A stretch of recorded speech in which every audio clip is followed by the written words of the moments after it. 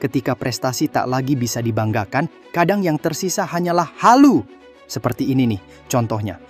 Kekal tenang, bos. King Malaysia ni, bos. Harimau Malaya kita seperti yang saya jangkakan. Kehebatan pasukan Harimau Malaya memang tak dapat kita nafikan lagi, geng. Ketika kawan-kawan kita dekat Konoha bersusah payah, kita senang-senang je, geng. Jadi, geng, kita dah nampak sebenarnya peningkatan Harimau Malaya ni. Saya yakin dan percaya datanglah negara mana sekalipun, kita mampu untuk lawan, geng.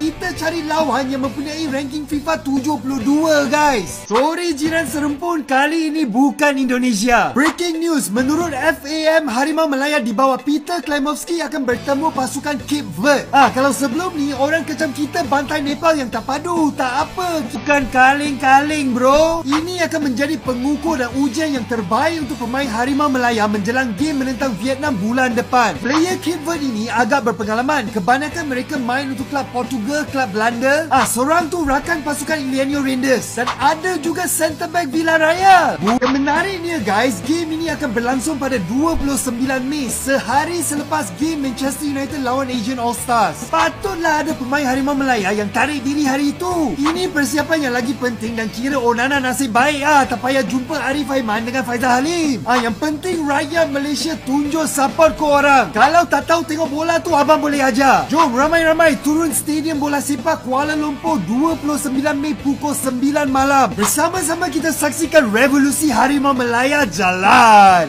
Udah pernah antuh terus jatuh belum, Dek? Jangan ya, Dek ya. Peranmu hanya sebatas hamba dan yang bertindak seolah-olah yang punya dunia. Jangan ya, Dek ya. Hancur kamu, Dek.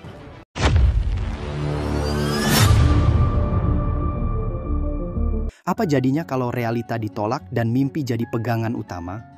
Inilah yang sedang terjadi di negeri jiran kita, Malaysia.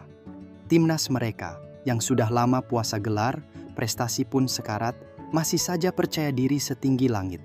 Di tengah carut-marut sepak bola mereka, para netizennya tetap saja lantang menyombongkan diri seolah Malaysia sedang menuju Piala Dunia, bukan menuju keterpurukan.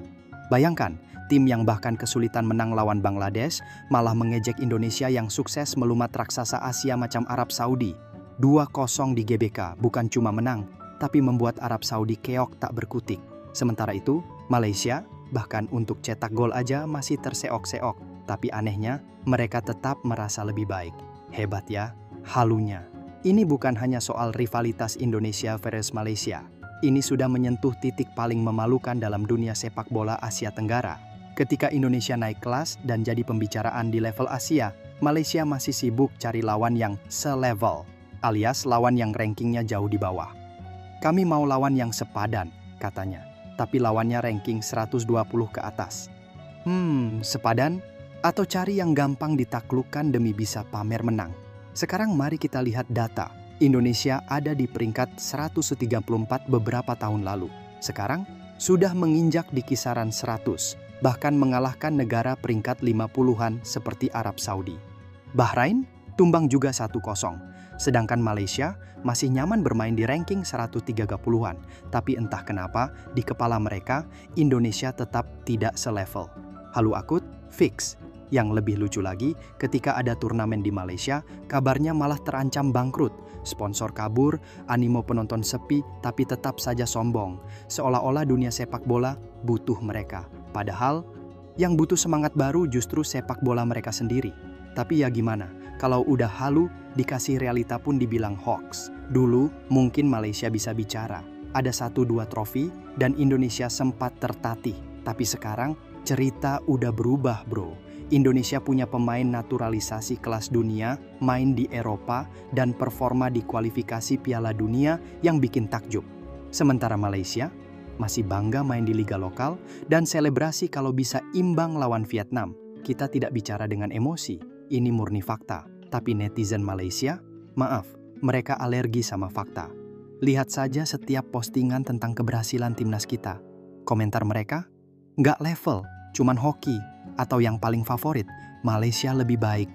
Bro, yang kayak begini harusnya bukan ditanggapi, tapi dikasih cermin. Dan yang paling menyakitkan buat mereka sebenarnya bukan hasil pertandingan, Tapi kenyataan pahit, Indonesia sekarang jadi sorotan Asia. Dari wasit elit Asia, komentator internasional, sampai analis sepak bola luar negeri, semua mengakui perkembangan timnas Garuda. Sementara mereka sibuk di Twitter adu komen. Mungkin mereka cuma malu mengakui. Malu kalau akhirnya harus berkata, Indonesia memang lebih baik. Karena mengakui itu sama saja mengakui kalau mereka tertinggal jauh. Jadi apa yang mereka lakukan? Teriak keras-keras, pura-pura nggak lihat dan tetap pakai kacamata halu. Fix, halu akut stadium 4. Tapi tenang bro, kita nggak perlu balas nyinyir dengan nyinyir. Biarkan mereka sibuk bikin narasi, kita sibuk bikin prestasi. Karena pada akhirnya, sepak bola itu bukan tentang siapa yang paling banyak bacot, tapi siapa yang paling sering menang. Dan hari ini, Garuda udah terbang tinggi. Yang lain, masih ribut di kandang sendiri. Malaysia boleh bicara, tapi Indonesia sudah membuktikan. Ini bukan lagi soal persaingan biasa. Ini tentang siapa yang siap melaju dan siapa yang masih sibuk halu. Oke bro, sampai jumpa di berita terupdate berikutnya. Jangan lupa like, komen, subscribe, dan nyalakan tombol loncengnya. Karena hanya di Poin kita kupas tuntas semuanya. Wassalam.